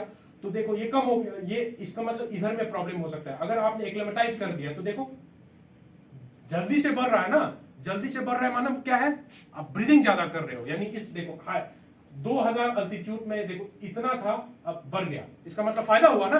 तो यानी आपको हाई अल्टीट्यूड में आपको काम करना है, कुछ भी करना है तो आपको समय देना पड़ेगा। ऐसे समय देने वाला प्रोसेस को कहते हैं एक्लीमेटाइजेशन या एक्लीमेशन भी कहते हैं। यानी एक्लीमेशन क्या हुआ, कोई भी चीज, जो भी फिजियोलॉजिकल एडाप्टेशन आपके शरीर को बचाने की जो कोशिश कर रहे हो हाई एल्टीट्यूड के प्रॉब्लम से, इसको बोलते हैं एक्लीमेटाइजेशन। और एक्लीमेटाइजेशन करना बहुत जरूरी है। रूल ऑफ थंब क्या कहता है, यानी मोटा मोटा एकदम क्या क्या कहता है, कितना करना चाहिए एक्लीमेटाइजेशन, कितना होना चाहिए। अब देखो एक्लेमेटाइजेशन करने के लिए, देखो फुल एक्लेमेटाइजेशन के लिए मॉडरेट अल्टीट्यूड में यानी 2000 से 3000 मीटर में कम से कम 3 हफ्ता चाहिए। 3 हफ्ता, यानी आपको कुछ काम करना है वहां पे, कुछ मान लो कोई खेलने ही पहुंच गया, कुछ करना है तो क्या होगा, उसको कितना चाहिए, कितना कितना रखना पड़ेगा, 3 से 2 से ये 3 हफ्ता है, 3 हफ्ता तो कम से कम चाहिए। अगर टाइम नहीं है तो जल्दी भी कर सकते हैं मगर फुल इतना होगा। और 6000 जितना ऊपर जाओगे उतना 1 हफ्ता और जोड़ दीजिए। तो इस तरीके का आपको अपने शरीर को समय देना पड़ेगा, तब जाकर के आपका शरीर जो है धीरे धीरे एडजस्ट होगा, ठीक है। और एडजस्ट कैसे होता है, शरीर एडजस्ट कैसे होता है, नंबर 1 शरीर का काम क्या है, ऑक्सीजन पहुंचाना ना। ऑक्सीजन कौन पहुंचाता है, आरबीसी पहुंचाता है, red blood cell. Red blood cell के अंदर हीमोग्लोबिन होता है, यानी आपके शरीर ज्यादा रेड ब्लड सेल प्रोड्यूस करने लग जाता है, आपके शरीर लाल हो जाता है, जो खून है ना वो और गाढ़ा हो जाता है। आरबीसी का कंसंट्रेशन बढ़ जाती है, आपके फेफड़े क्या होगा, जितना ले रहे हो तो ये एक्सपांड करने लग जाता है ताकि आप ज्यादा ज्यादा ऑक्सीजन ले सके, है। तो ये सब चीज धीरे धीरे आपका एक्लेमेशन होने लग जाता है। तो ये जो प्रोसेस है, ठीक है। तो अगर आपको कुछ वहां पे कुछ काम करना है, मान लो काम करना है या कुछ एक्टिविटी करना है, कुछ मान लो कि कुछ खेलना है, कुछ करना है, कितने घंटे के दौरान करना चाहिए, 2 चीज है। एक्लेमेटाइजेशन करने के लिए कितना चाहिए, 2-3 हफ्ते चाहिए, 2-3 हफ्ते चाहिए ना। और हाई अल्टीट्यूड जो है एक्यूट माउंटेन सिकनेस कितने तक आ जाता है, 6 घंटे से 12 घंटे के अंदर में प्रॉब्लम हो जाते हैं, 1-2 दिन में सीवियर होने लग जाता है। यानी 2 ऑप्शन है आपके पास, अगर आपको तुरंत काम करना है तो तुरंत कर दो 24 आवर के अंदर में जो भी काम करना है, नहीं तो 24 आवर के बाद तो क्या सर दर्द होने लग जाए, बहुत कुछ होने लग जाएगा, ठीक है। या आप क्या करना है, समय दे दो, कम से कम 2 हफ्ते का समय दे दो, 2 हफ्ते वहीं पे रहने दो, एक्लेमेटाइज होने दो, उसके बाद आपको जो भी करना है करने दो। ये 3 से 6 हफ्ते भी लग सकता है, ठीक है। तो इस तरीके, या तीसरा क्या है, सी लेवल में ही फिटनेस बढ़ा दो, सी लेवल में VO2 max भरा के जाओ तो क्या होगा, वहां पे आप कर सकते हो, आपके शरीर झेल सकता है। तो इस तरीके से हम कर सकते हैं। ये अलग अलग चीज है, मगर जो इंपॉर्टेंट पॉइंट जो मैंने बताया है वही चीज है, ठीक है। अभी तक हमने क्या पढ़ा है, हाई अल्टीट्यूड माउंटेन सिकनेस, जो कि सर दर्द होता है, उतना सीवियर नहीं है, मतलब सो नहीं पाओगे, प्रॉब्लम है, मगर मरेगा नहीं इंसान। आदमी कैसे मरेगा, मान लो कि जब सांस लेते हैं, सांस लेने के लिए क्या है, आपका लंग्स का काम करता है ना। एक इंपॉर्टेंट चीज है, बेसिक चीज है, आपको समझना है। क्या समझना है, जब ऑक्सीजन की कमी हो जाती है हमारे फेफड़े में, पता है फेफड़े में क्या होता है, फेफड़े में ऑक्सीजन बाहर से ले लेते हैं और वो ऑक्सीजन आपको ब्लड में देना है। यानी ऑक्सीजन का एक्सचेंज होता है, गैस एक्सचेंज इसको कहते हैं। या गैस एक्सचेंज करने के लिए एक पर्टिकुलर स्ट्रक्चर है, जिसका नाम है, गुब्बारे टाइप का लगता है, इसका नाम है एल्वियोलाई कहते हैं। एल्वियोलाई यानी ऑक्सीजन यहाँ से आया, एल्वियोलाई में गया, एल्वियोलाई से यहाँ पे कैपिलरी कहते हैं ब्लड, यानी दोनों का एक्सचेंज हो गया, ठीक है, ये होता है। अब नॉर्मली क्या होता है कि अब एल्वियोलाई में, यहाँ पे इस एल्वियोलाई में, एल्वियोलाई तो बहुत सारा, अब हमारे लंग्स के अंदर बहुत सारे गुब्बारे, छोटे छोटे गुब्बारे हैं, बहुत सारे एल्वियोलाई जहाँ पे गैस एक्सचेंज हो रही है, ठीक है। नॉर्मली क्या होता है कि जब एक एल्वियोलाई में ऑक्सीजन कम आ गई, मान लो हाइपोक्सिया हो गया एक जगह पे, हाइपोक्सिया में ऑक्सीजन कम आ गई, तो इस जगह पे ऑक्सीजन की कमी आ गई, और ऑक्सीजन कहाँ जाना है, ब्लड में जाना है, ब्लड में जाना है ना। तो इस इधर ब्लड भेजना ज्यादा समझदारी है या उधर भेजना ज्यादा समझदारी है, जहां पे ऑक्सीजन ज्यादा हो। ऑक्सीजन जहां पे ज्यादा है वहां पे तो ब्लड ज्यादा भेजेगा ना, तब तो ब्लड में एक्सचेंज होगा ना। अल्टीमेटली आपको ऑक्सीजन ब्लड में घुसाना है। ऑक्सीजन है, ब्लड ज्यादा भेजोगे तो फायदा है, ऑक्सीजन कम है तो ब्लड ज्यादा भेजोगे कोई फायदा नहीं है, एक्स्ट्रा मेहनत करा दी आपने ब्लड है। ऑक्सीजन नहीं है और ब्लड नहीं भेज रहे हो, कोई दिक्कत नहीं है, आपने उस ब्लड को उस जगह पे भेज दिया जहां पे जरूरत है, समझ गए। इसका क्या मतलब हो, और इसका क्या मतलब ये होगा कि जब नॉर्मली आपके फेफड़े में ऑक्सीजन की कमी हो जाती है तो आपके ब्लड वेसल जो है ना वो सिकुड़ जाता है, इसको कहते हैं वेसो कंस्ट्रिक्शन। अब पाइप को, अपने पाइप से पानी अगर किसी ने किया हो तो पाइप को ऐसे प्रेस कर दो तो क्या होगा, ज्यादा फेंकता है ना, प्रेशर ज्यादा बढ़ जाता है। तो इसको अगर हाइपोक्सिया होने से क्या होता है कि आपकी एल्वियोलाई में आसपास में ब्लड वेसल सिकुड़ जाता है, वो नॉर्मली होता है, मगर वहां पे तो हर जगह हाइपोक्सिया है, हर जगह सिकुड़ जाएगी है, तो क्या होगा, प्रेशर बढ़ जाएगी। इसको कहते हैं पल्मोनरी हाइपरटेंशन, यानी लंग्स का हाइपरटेंशन होना। हाइपरटेंशन क्या होता है, ब्लड प्रेशर बढ़ने की बीमारी को हाइपरटेंशन कहते हैं, जो कि हमारे ब्लड में होता है। वैसे टाइप का एक हाइपरटेंशन हो जाती है हमारे फेफड़े में, इसको बोलते हैं पल्मोनरी हाइपरटेंशन। मान लो कि पल्मोनरी हाइपरटेंशन हो गई, ये सिकुड़ गया, और मान लो कि दो ब्लड वेसल, मान लो एक ब्लड वेसल ऐसा है, और ब्लड वेसल जो है सिकुड़ते हैं, कैसे सिकुड़ते हैं, मसल के थ्रू सिकुड़ते हैं, इसको कहते हैं स्मूथ मसल। एक स्मूथ मसल कह के एक चीज होता है जिसके कारण क्या होता है, सिकुड़ जाता है, ठीक है। कुछ जगह पे क्या होता है, ब्लड वेसल में स्मूथ मसल उतना नहीं हो पाता, तो उतना सिकुड़ नहीं पाता, ये तो अच्छे सिकुड़ गया। अब ये अच्छे से सिकुड़ गया, इस प्रेशर ज्यादा बढ़ गया इधर, तो इस प्रेशर के कारण ब्लड कहां जाएगी, इधर चली जाएगी, इधर चली जाएगी ना, जहां पे उतना नहीं सिकुड़ा। ब्लड ज्यादा है, इसका मतलब क्या है, अंदर में हाइड्रोस्टेटिक प्रेशर बढ़ जाएगी, ब्लड ज्यादा है, तो उस ब्लड के कारण क्या होता है, ब्लड बाहर निकलने लग जाता है। यानी ब्लड जो है कहां रहना चाहिए, ब्लड वेसल के अंदर रहना चाहिए ना, पाइप के अंदर रहना चाहिए। आपने इतना ज्यादा ठूस दिया तो क्या होगा, पानी जो है छन्नी के जैसे निकलने चालू हो जाए, यानी फेफड़े में पानी जमा हो जाएगी, इसको बोलते हैं पल्मोनरी इदीमा, समझ गए। अब पल्मोनरी इदीमा माने फेफड़े में पानी घुस गया, और जो गुब्बारे टाइप का है एल्वियोलाई, उसमें पानी बैठ गया। जब पानी बैठ गया तो ऑक्सीजन होने के बावजूद एक्सचेंज होगा, नहीं होगा, तो बिना ऑक्सीजन के तो आदमी मर जाएगा। तो इसलिए ये बहुत डेडली कंडीशन है, इसको बोलते हैं high altitude pulmonary oedema. High altitude pulmonary का मतलब होता है लंग्स, इदीमा का मतलब पानी जमा हो जाना, ठीक है। तो इस तरीके से होता है, high altitude accumulation of fluid होता है, बेसो, जो मैंने कहानी बताया था वही है, वेसो कंस्ट्रिक्शन, ये सब होता है। और सबसे खतरनाक जो है ये अनएक्लेमेटाइज्ड पर्सन में 2500 मीटर के बाद चालू हो जाता है, जो रैपिड डिसेंड करता है, जल्दी अगर मान लो कि मेरे को एकदम रिकॉर्ड तोड़ना है, जल्दी पहुंचना है, तो जल्दी कभी नहीं करना चाहिए। जल्दी करोगे तो आपकी बॉडी एक्लेमेटाइज नहीं कर पाएगा। हाई एल्टीट्यूड पल्मोनरी इडिमा उस जगह पे हो गया जहां पे कोई आसपास कोई क्लिनिक नहीं है, कुछ नहीं है, तो आपको मरना ही मरना है अगर आपके पास सही ट्रीटमेंट नहीं है। तो ये बहुत ज्यादा इंपॉर्टेंट है। ब्रीदिंग नहीं हो पाता है, ऑक्सीजन नहीं जा पाएगा, और ऑक्सीजन नहीं जा पाएगा तो आपका पूरा ब्लू हो जाएगी, इसको साइनोसिस कहते हैं। उसके बाद क्या होगा, आप बेहोश हो जाएगा और आदमी मर जाएगा। इसको ट्रीटमेंट क्या करोगे, ऑक्सीजन दोगे और तुरंत नीचे पहुंचाओगे, और नहीं है तो क्या है, जैसे बैग बताया था ना, उस बैग में घुसा के इसको ले आओगे, ठीक है। हाई एल्टीट्यूड पल्मोनरी एडिमा कहते हैं। और भी बहुत सारा दवाइयां हैं। अब देखो ब्लड सिकुड़ जाती है ना, हम लोग क्या दवाई देते हैं, इस ब्लड जो सिकुड़ जाती है ना उसको डायलेट करने की दवाई देते हैं, तो वो दवाई बारे में हम डिटेल में बाद में पढ़ेंगे। तो दूसरा एक और चीज है, एक फेफड़े में जमा हो जाना, अब ठीक है, अब ये हो गया। अब दूसरा है एक और, सर में भी पानी जमा हो सकता है। कैसे? अब देखो आपके जो सर है, सर में क्या होता है कि जो हड्डी है, स्कल तो क्या है, बहुत टाइट है। अब आप ऐसा तो नहीं कर सकते ना कि भाई मैं सर को मैं बड़ा कर सकता हूँ, छोटा कर सकता हूँ, ऐसा तो नहीं हो सकता। आपके फेफड़े देखो, फिर रिब्स है ना, रिब्स क्या सांस लेते समय लेते हो, इनहेल करते हो तो बड़ा हो जाता है, छोटा हो जाए, ऐसे टाइप का ब्रेन को कर सकते हो, स्कल को नहीं कर सकता, फिक्स है। जो वॉल्यूम है माने वॉल्यूम है, फिक्स है। अब कोई भी टाइट गुब्बारे में जो फूल नहीं सकता, आप प्रेशर बढ़ाते जाओ तो क्या होगा, फट जाएगी ना एकदम, अंदर में जो भी चीजें हैं वो दब जाएगी। मान लो ब्रेन इतना है, यहाँ पे ब्रेन है, ठीक है, और यहाँ पे स्कल है, और स्कल जो है हड्डी है वो बड़ा छोटा नहीं हो सकता, छोटे बच्चों में एकदम हो सकता है, मगर एक बार एकदम स्कल बन नहीं हो सकता। इस ब्रेन और दोनों के बीच में आपको यहाँ पे इसको फ्लूइड रहते हैं, इसको CSF कहते हैं, सेरेब्रोस्पाइनल फ्लूइड कहते हैं, यानी आपके ब्रेन को पानी से प्रोटेक्टेड है। अब मान लो इसका प्रेशर बढ़ गया तो कहाँ जाएगी ये प्रेशर इतना ज्यादा बढ़ जाएगा तो क्या हो, ये स्कल तो बाहर नहीं जा सकता, ब्रेन को ही दबा देगा ना, और कोई चारा नहीं है, सिकुड़ जाए, और ब्रेन ही सब कुछ कंट्रोल करता है आपका। मान लो कि आपका ब्रेन जो है गर्दन से नीचे घुस गया तो क्या होगा, मर जाएगा ना आदमी।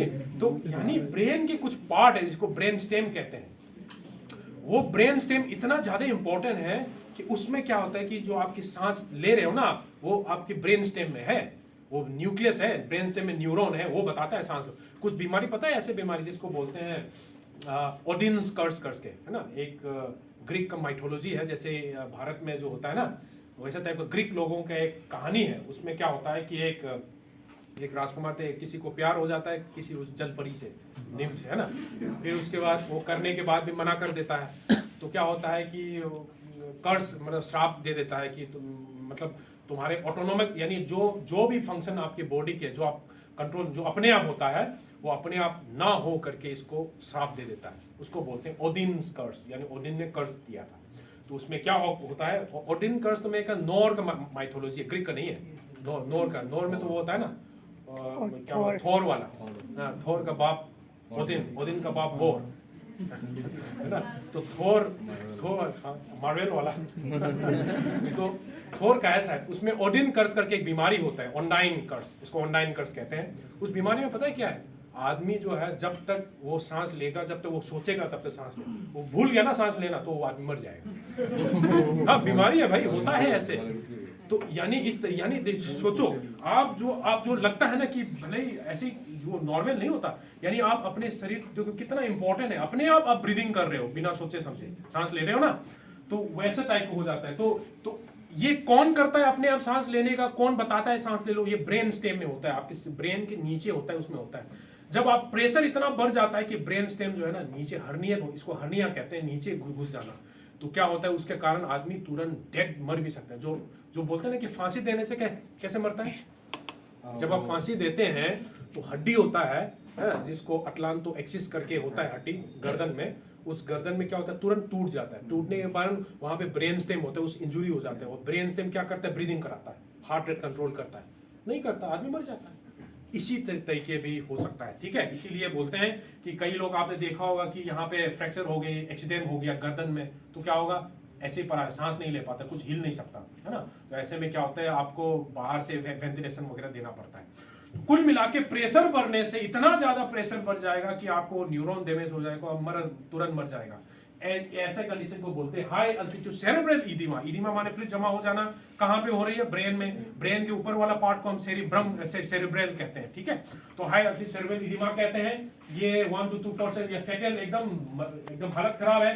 पल्मोनरी इडिमा के बाद हो सकता है 3000 के बाद चालू हो जाता है इसका प्रोबेबिलिटी, संभावना, और सबसे ज्यादा क्या है 4300 मीटर के बाद ये देखने को मिलता है। कहाँ पे फ्लूइड एक्यूमुलेट करता है? Cranium cavity. क्रेनियम कैविटी माने स्कल वाला। हाँ, अगर मान लो हमारा स्कल फ्लेक्सिबल होता तो हमें कोई प्रॉब्लम नहीं होता। प्रेशर बढ़ गया तो क्या रिलीज कर दो। तो सर्जिकल करके रिलीज भी करते हैं, कई सर्जरी करके निकालते हैं, या प्रेशर को निकालते हैं अलग अलग तरीके से, या प्रेशर को बनने ही नहीं देते हैं अलग अलग तरीके से। ठीक है, तो ये सब चीज के कारण इसको हाई एल्टीट्यूड बोलते हैं। इसमें क्या क्या साइन सिम्टम क्या क्या रहेगा, यानी मरीज क्या बताएगा, क्या कैसे कैसे लगेगा। सबसे पहले चलने फिरने में दिक्कत हो जाएगी, इसको एटेक्सिया गैट कहते हैं। चलने फिरने का प्रॉब्लम, बहुत ज्यादा थकान हो जाएगी, हालत खराब हो जाएगी। मेंटल कंडीशन, यानी वो अनाप शनाप बोलने लग जाएगा, अजीबोगरीब होने लग जाएगा, और अल्टीमेटली मेंटल कंफ्यूजन हो जाएगा, पता नहीं क्या हो रहा है, क्या कुछ भी समझ में नहीं। सोच रहो आप, इतने ठंड में बर्फ, चारों तरफ बर्फ है, कोई कुछ नहीं है, उसमें आप कंफ्यूजन कर रहे हो, आप एकदम, आप क्या कर रहे हो, आपको क्या बोलते हैं इसको, हेलुसिनेशन होने लग गया, अजीबोगरीब देखने लग गया। तो ये सब चीज होते हैं। ऐसे लोगों को काबू करना कितना मुश्किल होगा, सोचो। एकदम एवरेस्ट में सोचो ये डेवलप हो गया तो जो आप बोलोगे वो भी नहीं मानेगा, वो अपने आप में अजीबोगरीब करने लग जाएगा। हाँ बिल्कुल, वैसे टाइप की हो जाता है, डिफिकल्ट वॉकिंग होने, और अल्टीमेटली क्या होगा, अनकॉन्शियस हो जाएगी एंड डेड हो जाएगा। अगर तुरंत आप नीचे नहीं लाओगे तो immediate evacuation, immediate descent, pressure suit में डालो, इमीडिएट डालो, नीचे लाओ हाइपरबेरिक बैग में, और सप्लीमेंट ऑक्सीजन दे दो। This is the only treatment, यही एक इलाज है, नहीं तो फिर आदमी मर जाएगा। ठीक है, तो बहुत सारा इसमें आप लोग के लिए क्या क्या जानना है, ये तो हमने पढ़ लिया, इतना बीमारी होता है, मगर हम लोग इसको प्रिवेंट करने के लिए क्या करना वो ज्यादा इंपॉर्टेंट है, क्योंकि एक बार हो गया तो हो गया। प्रिवेंट करना ज्यादा इंपॉर्टेंट। प्रिवेंट करने के लिए मैंने क्या बताया, सबसे इंपॉर्टेंट फैक्टर, किस जगह पे आप सो रहे हो, दैट इज मोस्ट इंपॉर्टेंट। इसको बोलते हैं स्लीपिंग अल्टीट्यूड, यानी कहां आप सो रहे हो। ठीक है, कितना होना चाहिए, 3000 मीटर के बाद, आपका 3000 मीटर के बाद आपको कितने लेवल में सोना चाहिए, 300 to 600 मीटर। एक रात में इससे ज्यादा नहीं चलना है। एक बार चल 300, यानी आप एकदम चढ़ते गए ऐसा नहीं करना है, रैपिड एसेंड नहीं करना है। कितना करना है, कितना लिमिट करना है, 300 600 पढ़ना, यानी एक रात को गुजारना ही गुजारना। ठीक है, उसके बाद अगर ये देखो इंटरमीडिएट हाइट में ऑन एवरी, यानी इतने हाइट में तो एक रात आपको इसमें जोर देना है, एडिशनल जोड़ना है, additional at least 1 night at intermediate height on way to very high altitude. यानी इंटरमीडिएट हाइट माने ये है 1500 से तो ये यहां तक पहुंच जाओगे तो क्या होगा, आपको एक नाइट हमेशा गुजारना है, और हर नाइट में इतने से ज्यादा नहीं चढ़ना है। यानी दिन में आप चढ़ सकते हो, रात को नहीं चढ़ना। इसको पता है, इसको क्या बोलते हैं, इसको बोलते हैं क्लाइम हाई स्लीप लो। ये क्लाइम हाई स्लीप लो मंत्र है, इसको ऐसे बोलते हैं हम लोग। क्लाइम हाई का मतलब क्या होता है, डे टाइम में, या इसको देखो, ये क्लाइम हाई स्लीप लो, यानी डे टाइम में अगर आपको कोई प्रॉब्लम नहीं है तो आप चढ़ सकते हो, डे टाइम में हल्का सा चढ़ सकते हो। मगर सोना जहां पे, सोने टाइम पे जो लोअर अल्टीट्यूड में सोने की हम कोशिश करते हैं, तो यानी नोट एक 500 मीटर से ज्यादा हमको नहीं चढ़ना है एक बार में। 300 चढ़ा, फिर आपको रेस्ट लेना ही लेना है, 500 लिमिट है, ज्यादा से ज्यादा 600 600 ज्यादा से ज्यादा लेना ही, रेस्ट लेना ही, उसमें सोना ही, आप रात गुजारना ही गुजारना है। उसके आपने नेग्लेक्ट किया तो आपको हो जाएगी प्रॉब्लम। और एवरी 1000 मीटर में एक और दिन आपको जोड़ना है, और ये देखो travel sleep at the same altitude for 2 consecutive night, यानी सेम अल्टीट्यूड में कम से कम 2 रात तो आपको गुजारना है। समझ गए, तो यानी कितना चढ़ना है आपको, 300 से 600, है ना, 500 से ज्यादा तो नहीं चढ़ना है, 600 से ज्यादा तो नहीं चढ़ना है। ठीक है, अब 300 चल रहे तो कोई दिक्कत नहीं, जितना कम चढ़ोगे उतना ज्यादा अच्छा। यानी आपको एकदम माउंट एवरेस्ट टाइप का चलना है, पूरा समय लेके आना पड़ेगा, पूरा, ये नहीं कि हड़बड़ में जाए, हड़बड़ में आए, ऐसा नहीं हो सकता, पूरा ऐसे। इसको ये सबसे ज्यादा इंपॉर्टेंट रेट ऑफ एसेंट कहते हैं, इसका दूसरा नाम है रेट ऑफ एसेंट भी कहते हैं। दिस इज सबसे इंपॉर्टेंट जो है, this is the most important, because आपके शरीर को समय देना है। कहां पे समय दे, 100 के समय देना है उस पर्टिकुलर लेवल में, ताकि आप एक्लेमेटाइज हो जाए। ठीक है, तो ये सब चीज इंपॉर्टेंट है। इसके अलावा भी बहुत सारा है। अगर किसी को ऑलरेडी बीमारी हो चुकी है, मान लो कि कोई एक बंदा है जिसको ऑलरेडी बीमारी हो चुकी है, उसको दोबारा चढ़ना चाहे तो आप एकदम सतर्क हो जाओ, क्योंकि उसको हो सकता है। यानी previous history is more important, specially 300 feet के बाद, तो ये सब प्रॉब्लम है। ठीक है, और ऐसे लोगों को हम दवाई पहले से खिला देते हैं, तो ये भी इंपॉर्टेंट है, ठीक है। तो ये सब चीज है माउंटेन सिकनेस के बारे में, ये सब चीज हो गया। और भी थोड़ा सा पढ़ते हैं, मेल फीमेल में कोई फर्क नहीं पड़ता, फीमेल को ज्यादा हो रही है मेल को ज्यादा हो, ऐसा नहीं है, मगर क्योंकि मेल का संख्या ज्यादा है माउंटेन केयर, तो मेल को ज्यादा प्रॉब्लम मिला है। तो हाई अल्टीट्यूड जो है ना, इसमें मेल को ज्यादा मिला है, specially high altitude pulmonary oedema जो मर जाते हैं ना, मेल को ज्यादा मिला है। और बुढ़ापे और यंग में, अब देखो यंग और बुढ़ापे में क्या है, कई बार मिला है कि जो थोड़ा बहुत उम्र ज्यादा होने से फिटनेस तो कम हो जाएगी, मगर क्या होता है कि उसके ब्रेन जो है ना छोटा हो जाता है, उसका ब्रेन उम्र हो जाता है तो ब्रेन छोटा हो जाता है, इसका मतलब प्रेशर ज्यादा झेल सकता है। इसीलिए कई बार देखा गया कि जो बुढ़े लोग जो है ना, वो थोड़ा बहुत कर लेते हैं एज कंपेयर टू यंग है, तो यानी उनको सदन उतना नहीं आएगा, एक्यूट माउंटेन सिकनेस उतना नहीं आता है। तो ये भी इंपॉर्टेंट, मगर इसका मतलब ये नहीं कि एकदम 50-60 के बाद आप चल रहे हो, ऐसा नहीं है, है ना। ये तो बस एक बता रहा हूँ, फिटनेस का भी तो एक प्रॉब्लम है, तो यानी यंग में ही करना है एडिक्वेट फिटनेस, ठीक है। तो यानी और कोई भी बीमारी, अगर मान लो किसी को अस्थमा है, ग्राउंड में ही अस्थमा है, किसी को प्रॉब्लम है, तो उसमें भी बहुत हमको ध्यान देना बहुत जरूरी है। कई बार तो मिला है, अगर मान लो कि मॉडरेट अल्टीट्यूड में चलते हैं तो अस्थमा जो है ना थोड़ा बहुत ठीक हो जाता है। क्यों? क्योंकि अस्थमा क्या चीज से होता है, एलर्जी से होता है। यानी ग्राउंड में तो क्या है, कितना भी गंदगी होती है ना, वो पोल्यूशन होता है ना, वो वहां पे ठीक हो जाता है, थोड़ा बहुत इंप्रूवमेंट हो जाता है। मगर अस्थमेटिक लोगों को 3000 से ज्यादा चलने में बहुत ध्यान देना है, क्योंकि क्या है ना, अस्थमा का 2 कारण से होता है, एक ठंडा, दूसरा dry, cold and dry year. Cold and dry air asthma के अटैक आ सकता है, तो ये बहुत ध्यान देना है। तो इस तरीके से बहुत, मान लो किसी को आई का प्रॉब्लम है, तो अगर ये सब चीज तो आप करनी है, ऑरल कॉन्ट्रासेप्टिव अगर कोई खा रहे वगैरह, है ना। प्रेग्नेंट लेडी में नॉर्मली नहीं करना चाहिए। कई बार क्या होता है, हम लोग तो नहीं करते हैं, मगर बाकी लोग जो है ना प्रोफेशनल है, वो प्रेग्नेंट होते हैं तो भी चलना चाहते हैं। प्रेग्नेंट लेडी में तो बहुत ध्यान देना है, अगर मान लो इमरजेंसी कुछ हो गई तो कौन संभालेगा। तो प्रेग्नेंट लेडी को बहुत ध्यान देना है, ये इंपॉर्टेंट है। और कहाँ नहीं करना चाहिए, और ये जो दवाई जो हम दे रहे थे ना, एसिटाजोलामाइड जिसको हम दवाई देते हैं, वो प्रेग्नेंट वुमेन में फर्स्ट ट्राइमेस्टर और इसमें नहीं देना है, एबॉर्शन वगैरह होने का खतरा है, तो इसलिए हो सके तो प्रेग्नेंट वुमेन नहीं करना। फिर भी लोग चलते हैं प्रेग्नेंट वुमेन, तो उसके लिए गाइडलाइन है, कैसे कैसे कब करना चाहिए वगैरह वगैरह है। मगर सबसे इंपॉर्टेंट जो है आपके लिए है थकान। आप कोई भी अल्टीट्यूड में पहुंच जाते तो आप अपने आप को ज्यादा नहीं थकाओगे। ज्यादा थकान हो जाना, ज्यादा डिहाइड्रेट होना, ये एक्यूट माउंटेन सिकनेस को कराती है। इसका मतलब आपको अच्छे से खाना खाना है, रेस्ट अच्छे से लेना है, जल्दी नहीं चढ़ना है, और क्या होगा, पूरा एकदम एक्सर्शन नहीं करना है, डिहाइड्रेशन नहीं करना है। कम से कम 3 से 4 लीटर पर डे पानी लेना है। और ये पानी जो है ना, क्या चाय वगैरह ज्यादा नहीं पीना है, कैफेन, जिसमें कैफेन ज्यादा होता है। कॉफी और चाय में पता है कैफेन होता है ज्यादा, जैसे रेड बुल हुआ है, वो सब नहीं करना है। क्यों जरूरी है? क्लियर होना चाहिए। कोई भी जो आप पानी ले जा रहे हैं ना, वहां पे क्लियर होना चाहिए। लाल हरा पीला टाइप का, रेड बुल टाइप का नहीं पीना है, क्योंकि जो लाल हरा पीला पियोगे वो यूरिन में ही वैसे ही कलर निकलेगा। और कैसे पता चलेगा कि ऊपर में आपको डिहाइड्रेट हुआ कि नहीं? डिहाइड्रेट होने का सबसे आसान तरीका, यूरिन को देखो। अगर किसी का यूरिन क्लियर सफेद निकल रहा है, एकदम व्हाइट बोल रहा हूँ, एकदम ट्रांसपेरेंट, क्या है इसका मतलब? वो उसका वो है, मतलब डिहाइड्रेट नहीं है, वेल हाइड्रेटेड। मान लो किसी का गाढ़ा येलो निकल गया, तो क्या होगा? पानी की कमी हो गई ना। जब आप हरा पीला नीला ही आप पी लोगे तो कैसे पता चलेगा? इसीलिए अल्कोहल तो लेना ही नहीं है, पार्टी करने नहीं जाना है ऊपर। दूसरा, कैफीन नहीं लेना है, क्योंकि कैफीन डिहाइड्रेशन कराता है, आपको सोने भी नहीं देता है। ज्यादा कॉफी पीने से नींद, वैसे भी नींद नहीं आता वहां ऊपर में, तो आपको कॉफी तो नहीं पीना है। दूसरा, क्लियर फ्लूइड लेना है, यूरिन शुड बी क्लियर, तो ये बहुत इंपॉर्टेंट है। और खाना जो है, कार्बोहाइड्रेट ज्यादा लेना है, क्योंकि हम जब कार्बोहाइड्रेट ज्यादा लेते हैं ना, तो कार्बन डाइऑक्साइड ज्यादा प्रोड्यूस करते हैं हमारी बॉडी, और कार्बन डाइऑक्साइड आपको चाहिए, क्योंकि कार्बन डाइऑक्साइड चाहिए तभी तो आप सांस ले पाएंगे।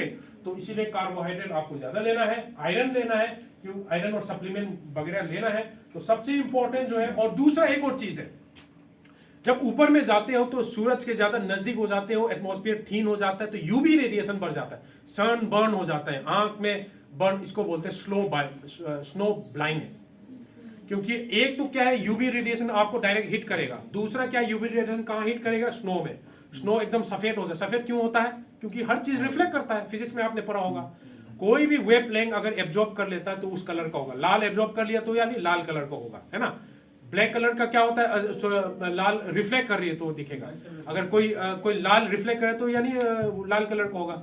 अगर मान लो कोई काला कलर का, इसका मतलब क्या है, सारा एब्जॉर्ब कर लिए। स्नो तो क्या है, व्हाइट है, स्नो क्या करेगा, रिफ्लेक्ट करेगा ना। यानी एक तो यूवी रेडिएशन आपको पड़ रहा है, दूसरा यूवी रेडिएशन कहां से पड़ रहा है, स्नो से पड़ रहा है। तो यानी यूवी रेडिएशन के कारण जो सन बर्न हुआ, आंखें का आई का बर्न हुआ, आई में जो कोर्निया होता है, ये बाहर वाला परत जो है ना, इसको कोर्निया कहते हैं, इसका बर्न हो जाता है, इसको बोलते हैं स्लो ब्लाइंडनेस, और इन्फेक्शन भी होने का खतरा रहता है। ये सब चीज आपको बहुत ध्यान देना है। देखो ये सब ब्लाइंड हो जाता है, प्रॉब्लम हो जाता है, तो आपको वहां पे गॉगल्स पहन के जाना होता है ऊपर में स्नो में, ठीक है। तो गॉगल्स के बिना आपको ये सब नहीं करना है। तो ये सब चीज इंपॉर्टेंट है। तो ये प्रोफाइलिसिस में तो ये तो आपके लिए नहीं है, इंपॉर्टेंट क्या है, मोटा मोटा ये समझ लीजिए। एसिटाजोलामाइड, ये नाम जानना जरूरी है। क्यों नाम बता रहा हूं मैं, क्योंकि ये एक ऐसी दवाई है जो आपको बताया जाएगा, क्योंकि आपके साथ कोई डॉक्टर नहीं जाएगा ऊपर। डॉक्टर जाएगा तो ठीक है, नहीं जाएगा तो एसिटाजोलामाइड एक ऐसी दवाई है जिसको प्रिवेंशन में काम आता है, ट्रीटमेंट में भी काम आता है। और ये क्या करता है, हमारे शरीर में एसिड को बढ़ा देता है, सांस लेने में हेल्प मिलता है। एक दिन पहले खाना होता है, इतना है, 2 दिन पहले, 1-2 दिन पहले खाना होता है, मगर किस कंडीशन में नहीं खाना है, ये बहुत इंपॉर्टेंट है। कुछ लोग रहता है जिसको एलर्जी रहता है, उसको नहीं खाना है, प्रेग्नेंट वुमेन को नहीं खाना है, और सेलिसाइलेट, यानी मान लो सर दर्द हो गया, जब आदमी को सर दर्द होता है तो क्या खाते हैं हम लोग, पैरास्टामोल या कुछ खा लेते हैं। एस्पिरिन करके एक दवाई होती है, हाँ एस्पिरिन, जिसको डिस्प्रिन बोलते हैं, डिस्प्रिन खा लेते हैं। डिस्प्रिन का केमिकल कंपोजिशन जो है वो है सैलिसाइलिक एसिड होता है। यानी सैलिसाइलिक एसिड किसके साथ नहीं खाना है, एस्टाजोलामाइड। यानी आपने ऊपर में सर दर्द किया, डिस्प्रिन ले लिया, एस्टाजोलामाइड ले लिया, तो क्या होगा, प्रॉब्लम हो जाएगी। तो ये सब चीज आपको जानना जरूरी है। सीएनएस का डिप्रेशन, ये मेटाबॉलिक एसिड, यानी आपके शरीर में एसिड ज्यादा बना देगा। एस्टाजोलामाइड भी क्या करता है, एसिड बनाता है। सैलिसाइलिक एसिड नाम में ही एसिड है, दोनों मिलके बहुत ज्यादा एसिड भी ठीक नहीं, इतना ज्यादा हो जाएगा कि हर चीज प्रॉब्लम हो जाएगी। तो ये सब चीज जानना भी जरूरी है। तो आपके लिए क्या मोटा सबसे ज्यादा जानना जरूरी है, एस्टाजोलामाइड नाम की एक दवाई आता है, 125 मिलीग्राम 2 बार यानी चरने से पहले खिलाना है, ठीक है। तो ये आप भी कर सकते हो अंडर सुपरविजन। तो ये बहुत सारा और भी दवाई जिसको हम ध्यान नहीं देंगे, कुछ है, जैसे कि कुछ जड़ी बूटियां हैं वो भी हम दे सकते हैं, जैसे कि गार्लिक जो है ना, गार्लिक, लहसुन, कुछ में मिला है कि लहसुन जो है थोड़ा बहुत फायदा देता है, मगर उतना नहीं। जैसे जिंको बिलोबा करके प्लांट से मिलता है, सप्लीमेंट आता है, तो वो सबसे भी थोड़ा बहुत फायदा मिलता है, और ये सब दवाई का नाम है। तो सबसे इंपॉर्टेंट जो है, जो आप सो नहीं पा रहे हो, उसके लिए एस्टाजोलामाइड भी इफेक्टिव रहता है, ठीक है। तो ये सब चीज है। तो अल्टीमेटली हमने क्या पढ़ा आज, अल्टीमेटली हमने ये पढ़ा कि आपको हाई अल्टीट्यूड में बहुत इंपॉर्टेंट है। खैर चलो, ये तो एक कॉन्फ्रेंस में किया गया था। यानी देखो, फिजियोलॉजिकल एडाप्टेशन, पॉजिटिव एडाप्टेशन बहुत जरूरी है, जो कि आपको शरीर को ताकत देगा लड़ने के लिए, हाई एल्टीट्यूड के लिए। उसके लिए क्या आपको फिटनेस और लाइफस्टाइल वगैरह मेंटेन, सी लेवल में फिटनेस और लाइफस्टाइल मेंटेन करना है, इस तरीके से मेंटेन करना है कि आपका एडाप्टेशन हो जाए, जो कि आपके फिटनेस बढ़ा दे, जो कि आपके लड़ने का क्षमता कर दे। मगर ध्यान रखना, मैं बहुत ज्यादा फिट हूं, इसका मतलब ये नहीं कि मुझे होगा ही नहीं, ऐसा नहीं है। फिट बंदे को भी हो सकता है, बस ये है कि फिट होने के बावजूद भी थोड़ा बहुत आपकी बॉडी झेल सकती है। इसीलिए नॉन फिट और फिट कंपेयर करने में फिटनेस रहना ज्यादा अच्छा है। मगर इसका मतलब ये भी नहीं है कि फिट होगा तो नहीं होगा, ऐसा भी नहीं है, ठीक है। ठीक है, तो ये हो गया आज का क्लास। तो मोटा मैं फिर से रिवाइज करा देता हूं आपको। हमने क्या पढ़ा, हाई एल्टीट्यूड क्या होता है। हाई एल्टीट्यूड में क्या होता है, 2 चीज मोटा प्रॉब्लम होता है। एक, ऑक्सीजन की कमी हो जाती है, क्योंकि एटमॉस्फेयर का प्रेशर ही कम हो गया। परसेंटेज वही रहता है 21%, मगर हर चीज कम हो जाएगी, ठीक है, ये हमने पढ़ा था। दूसरा मैंने क्या पढ़ा था, टेम्परेचर कम हो जाएगी, है ना, टेम्परेचर वगैरह कम हो जाता है। देखो टेम्परेचर कम हो गया है, और ब्रीदिंग आपको ज्यादा लेना है, तो क्या होगा, आपके यहाँ से इवापोरेट हो जाता है, तो अब डिहाइड्रेशन होने और ज्यादा प्रॉब्लम हो जाती है। तो डिहाइड्रेशन का बहुत ध्यान रखना बहुत जरूरी है, और वहां पे मेटाबॉलिज्म भी बढ़ जाते हैं, इसके लिए अच्छा ज्यादा खाना भी जरूरी है ऊपर में, ठीक है। और हमने ये पढ़ा था कि अल्टीट्यूड के लेवल में हमने पढ़ा था, हाई अल्टीट्यूड हुआ, माइल्ड हुआ, मॉडरेट हुआ, सीवी, ऐसे करके हमने डिवाइड किया गया था। तो मोटा ये जान लो कि 3000 के ऊपर आपको प्रॉब्लम होना चालू हो जाता है, 3000 मीटर के ऊपर चालू हो जाता है।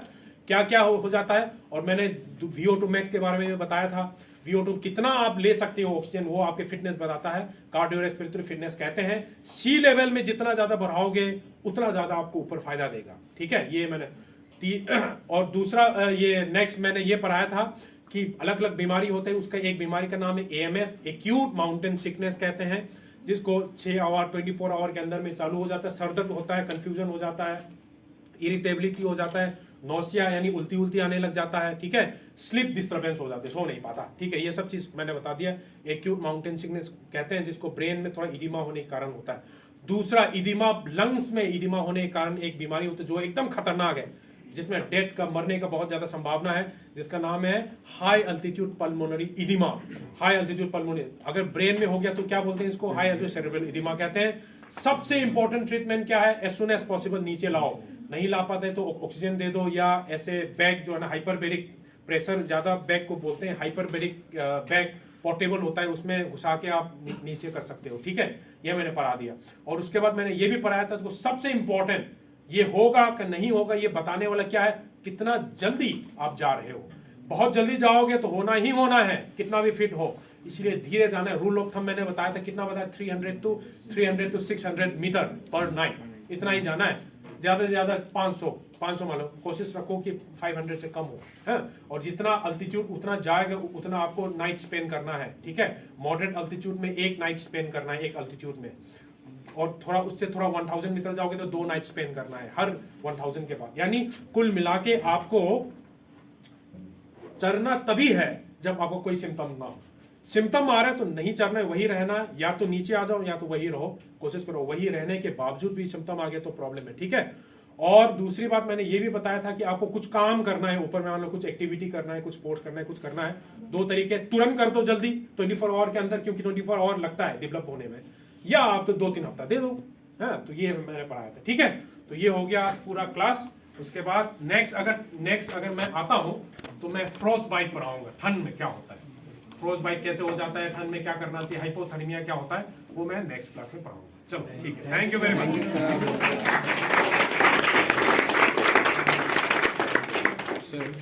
हाँ बताओ। तो मुझे साइनस है तो मुझे कोई दिक्कत होगा? नहीं, साइनस में कोई दिक्कत नहीं है, बस ये है कि साइनस का जो प्रॉब्लम जो आपको हो रही है ना, उसका पहले से ट्रीटमेंट अच्छे से करा तो ज़्यादा अच्छा है। देखो आपको ध्यान रखना है, ऊपर में जितना, देखिए सबसे इम्पोर्टेंट क्या है, ओ चलो हैप्पी बर्थडे,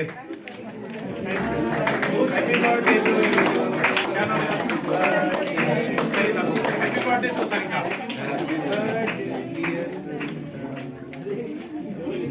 ठीक है, तो वही है, आपको ये सब जानना इसलिए जरूरी है, ऊपर में कोई नहीं रहेगा, आप ही हो, ठीक है, जो करना है वही करना है, बहुत डेंजरस कंडीशन ऊपर में हो जाएगा तो, ठीक है। तो इसीलिए नेक्स्ट क्लास में हम उसके बारे में थोड़ा सा पढ़ेंगे, अगर मैं नेक्स्ट क्लास लिया तो, ठीक है। हाइपोथर्मिया है फोर्थ बाइट।